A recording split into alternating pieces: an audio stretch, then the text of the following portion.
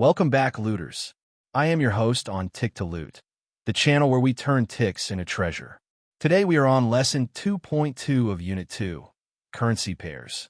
In this lesson, we're going to cover major, minor, and exotic currency pairs. By the end of this video, you will understand the differences between these pairs and how to choose the right ones for your trading journey. Let us get into it. So, what are major currency pairs? These are pairs that include the US dollar, like euro to US dollar, pound sterling to US dollar, and US dollar to Japanese yen. All major pairs have the USD as one of the currencies. Think of the USD like a common language that everyone understands. Major pairs have the highest liquidity, which means there are many buyers and sellers trading these pairs at any given time. This is like a busy highway with many cars moving in both directions.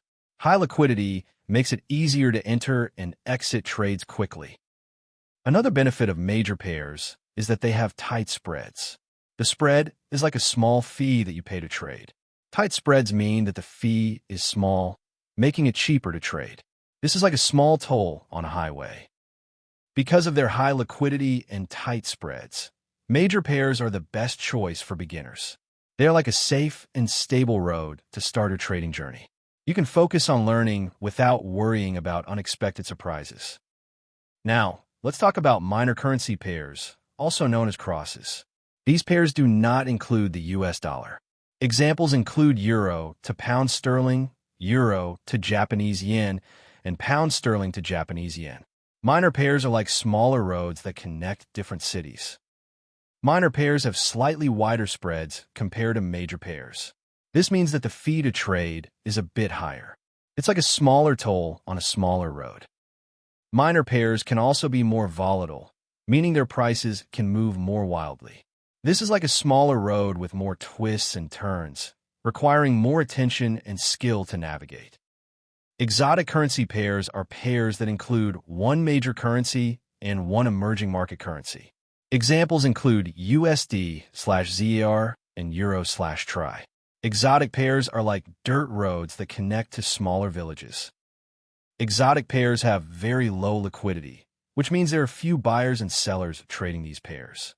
This is like a dirt road with few cars moving in both directions, making it harder to enter and exit trades quickly. Exotic pairs also have very wide spreads, making the fee to trade much higher. This is like a large toll on a dirt road, making it more expensive to trade. Because of their low liquidity and wide spreads, exotic pairs are not recommended for beginners. They're like difficult terrain that requires experience and skill to navigate.